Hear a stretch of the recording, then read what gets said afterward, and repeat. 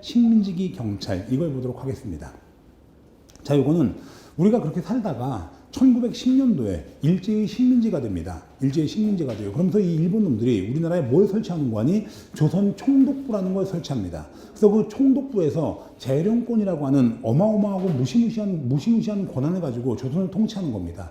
이 재령권이라고 하는 건 뭐냐면 입법, 사법, 행정권을 일본 놈들이 다 가지고 있는 거예요. 조선 총독부가 다 가지고 있는 겁니다. 삼권 분립의 원칙에 완전히 위배가 되는 거, 이게 바로 재령권입니다. 자, 그러면서 이제 하나하나 보게 되면은 총독부의 설치와 재령권, 그래가지고 1910년 일본은 총독부라고 하는 새로운 통치기구를 설치하였다. 그러면서 2번 조선 총독부에서는 재령권이라고 하는 입법권이 주어졌는데, 이랬는데 딴 거 다 할 거 없습니다. 자, 조선 총독부가 가지고 있는 권한은 뭐라고요? 재령권입니다. 명령권 아니에요. 조선 총독부가 가지고 있는 건 재령권입니다. 명령권 아니에요. 명령권은 나중에 경찰 부장이 갖는 거고, 여기서 재령권을 총독부가 가지고 있는 겁니다. 그래서 재령권이라는 권한을 가지고서 식민지를 유지했는데 이 조선 총독부에서 조선을 통치할 때 가장 중추적 역할을 해준 것들이 뭐냐? 바로 일본의 헌병 경찰입니다. 그럼 헌병 경찰은 헌병이 경찰권을 가지고 있는 거예요. 자, 남학생들은 군대 갔다 왔으니까 헌병 알 겁니다. 헌병은 경찰입니까? 군인입니까? 군인이에요, 군인. 근데 그 군인이 어떻게 하다가 경찰권까지 가지게 돼갖고 헌병 경찰이 되었는가? 그래서 그 헌병 경찰이 우리나라 백성들을 얼마나 못 살게 하고 괴롭혔는가? 그걸 보는 겁니다. 자, 그래서 보면 헌병 경찰 제도의 시행과 폐지인데, 일본의 헌병들은 어떻게 우리나라에 처음 들어오게 되었냐면요, 헌병 경찰이 아닙니다. 헌병이에요. 일본의 헌병들은 언제 처음 우리나라에 들어왔냐면 1894년도 청일전쟁 때 처음 들어왔어요. 그래가지고 언제부터 배 깔고 누웠느냐, 주둔했느냐라고 한다면, 여기서 일본 헌병대의 조선 주둔은 1896년 2월 일본 헌병대가 명목상으로는 한성과 부산 간의 군용전신선 보호를 위하여 대구에 본부를 두고 조선에 주둔하기 시작했습니다. 그래서 일본 헌병이 조선에 주둔한 것, 배 깔고 누운 것, 이것은 언제부터냐면 1896년 서울부터 부산까지의 군용전신선 보호를 명목으로다가 배 깔고 누웠던 겁니다. 그러면서 이 일본 헌병대의 인물 보게 되면, 원래대로라면 이 일본의 헌병대는 군사경찰이어야 정상이죠. 그런데 골 때리게도 일본 헌병은 일본의 1881년도 헌병 조례에 의해 가지고 군사경찰이면서 행정, 사법경찰권을 겸하였고, 이 체제는 그대로 조선에도 적용되었다. 이랬는데, 자, 이건 왜 그러냐면요, 시험과는 관계없지만 여러분들의 기초 배경 지식, 일본 역사를 보게 되면 일본은 일본의 왕이 권한을 가지고 있는 겁니까? 아니면 막부가 권한을 가지고 있는 겁니까? 막부입니다. 일본은요. 그래서 일본은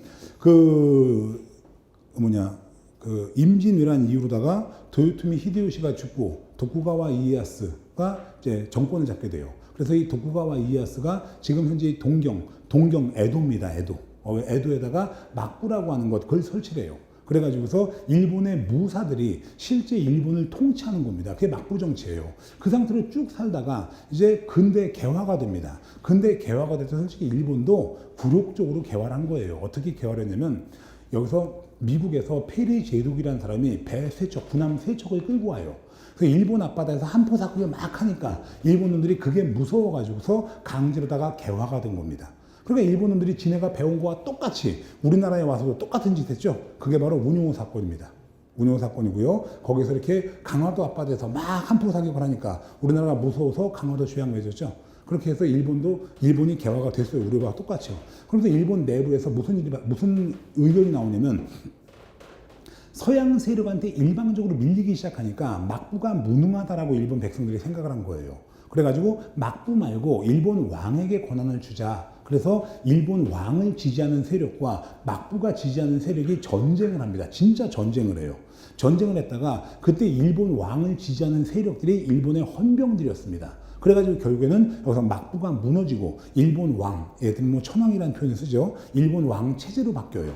그러면서 일본 왕이 볼 때 헌병들이 얼마나 이쁘겠습니까? 자기를 지지해줬는데. 그래서 헌병들한테는 군사경찰이지만 행정경찰권과 사법경찰권이 다 주는 겁니다. 그래서 일본 헌병들한테 니들이 사회질서 유지하고 나쁜 놈 다 잡아봐, 이렇게 한 거예요. 그게 일본의 헌병 조례입니다. 그게 우리나라에도 그대로 적용되는 겁니다. 그러니까 일본의 헌병들은 언제부터 얘들이 행정경찰권과 사법경찰권을 가졌느냐? 우리나라에 들어왔을 때부터입니다. 그래서 일본의 헌병은 이렇게 일본 헌병은 조선 진입 시부터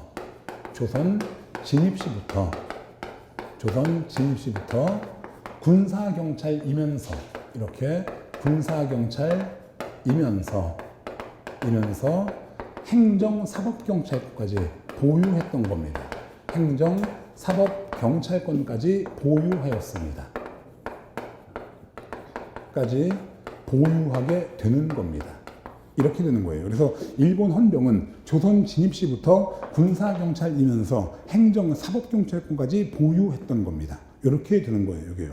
자, 그렇기 때문에 시험에서 일본 헌병은 을사늑약 이후 행정사법경찰권을 보유하였다. 맞아요? 틀려요?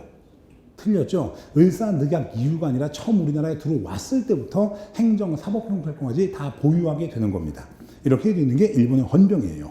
자, 그래가지고 이제 2번 을미사변은 명성황후 시해 사건이죠. 그래서 을미사변 이후 사찰이나 정탐 등의 고등경찰 업무도 수행하게 되는 겁니다. 그렇게 되고 3번에 통감부 설치 이후, 이건 몰라도 돼요. 이건 하지 마시고요. 그러면서 한일합방 이후의 헌병경찰입니다. 이제 한일합방이 됐어. 이제 우리가 일본의 식민지가 됐어. 그러고 난 다음부터 헌병경찰들이 어떻게 되냐면은 헌병과 경찰의 통합이 있게 돼요. 그래가지고 이 헌병이 동시에 경찰이 되는 겁니다. 어느 정도냐면요. 헌병도 있고요. 일반 경찰도 있어요. 현재 일반 경찰이 없어진 거 아닙니다. 헌병도 있고 일반 경찰도 있는데 헌병대장이 경찰청장이 되는 겁니다. 지금으로 따지면요. 헌병대장이 경찰청장이 돼가지고 이 헌병경찰들은 헌병대장의 지휘받고 일반 경찰도 마찬가지로 헌병경찰의 지휘받게 돼요. 그런 식으로 만들어 놓은 게 바로 여기는 헌병과 경찰의 통합입니다. 그래서 일본은 한일합방 전인 1910년 통감부에 경무총감부를 설치하고 이렇게 되어 있는데 경무총감부는 1910년 만들어집니다. 그래가지고 조금 이따 나오겠지만 1919년 폐지가 돼요. 1919년 폐지가 됩니다. 그래서 경무총감부는 언제 만들어진다? 1910년 만들어집니다. 만들어지고 경무총장이 경찰청장이에요. 지금으로 따지면. 경무총장의 한국주답헌병장인 육군장관을 각 도의 경무부장이 지방경찰청장입니다. 얘는 당해 도의 헌병대장인 헌병좌관으로 다 임명하게 됩니다. 그래가지고 이렇게 경찰청장은 헌병대장이 되는 겁니다. 그렇게 되는 거예요.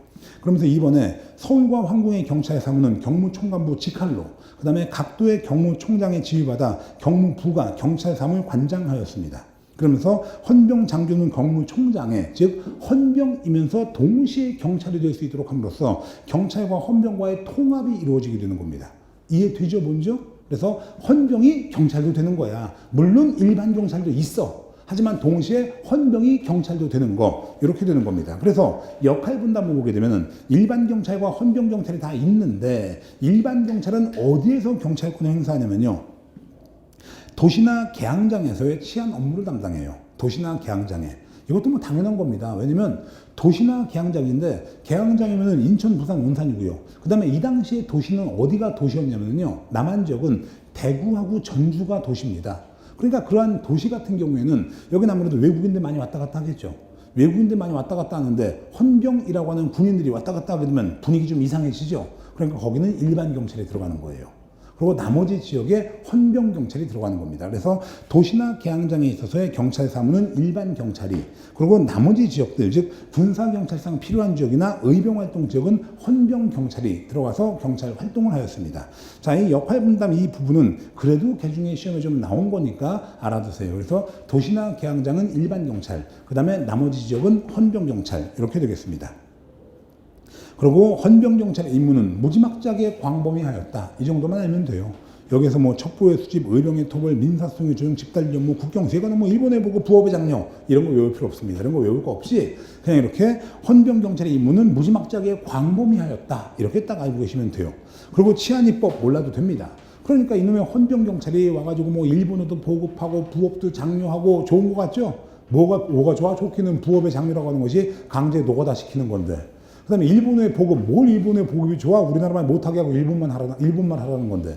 그래서 실제로 다 그랬대요. 옛날에 저희 할아버지 때 들으면 수업 들을 때 일본인들이 갑자기 뺨 딱 때립니다. 그래서 아야! 그러면 맞는 거랍니다. 한국말 했다고. 뺨을 푹 때린답니다. 그러면 당연히 우리나라 아야! 그러죠. 그러면 아야가 우리나라 말이거든. 아야! 그러면 이 새끼가 한국말 했다고 또 뒤지게 팬대요. 그러니까 그게 일본어의 보급이에요. 그게요. 그러니까 나쁜 새끼들이죠, 이게. 그러지 않습니까? 이게 아주 나쁜 새끼들입니다. 그래서 이 나쁜 새끼들이니까 우리나라 백성들이 도저히 참을 수가 없거든, 이제. 그래서 도저히 못 참겠다. 들고 일어나자. 그래가지고 태극기 하나 들고 분연히 일어납니다. 비무장으로다가. 그래가지고 우리나라 백성들이 태극기 하나 들고 비무장으로 분연히 일어나서 3.1 독립만세 운동을 했는데 거기다가 일본 헌병이라는 군인들이 총을 쏘는 겁니다. 그러니까 전 세계 여론이 나빠지죠. 그러니까 일본 놈들이 나빠진 전 세계 여론을 조금 무마시키기 위해서 헌병 경찰 제도를 폐지시켜 버립니다. 그게 여기는 5번에 일제 식민지기 헌병 경찰은 3.1 운동을 계기로다가 정원을 구했다. 이렇게 되는 겁니다. 그래서 이렇게 해서 3.1 운동 이후 보통 경찰 제도로다가 전환이 돼요. 그래서 경찰 제도에 변화가 있어가지고 일본은 1919년 3월 1일에 항일 독립만세 운동을 계기로 헌병 경찰 제도는 종원을 구하고 보통 경찰 제도로 경찰 제도를 전환합니다.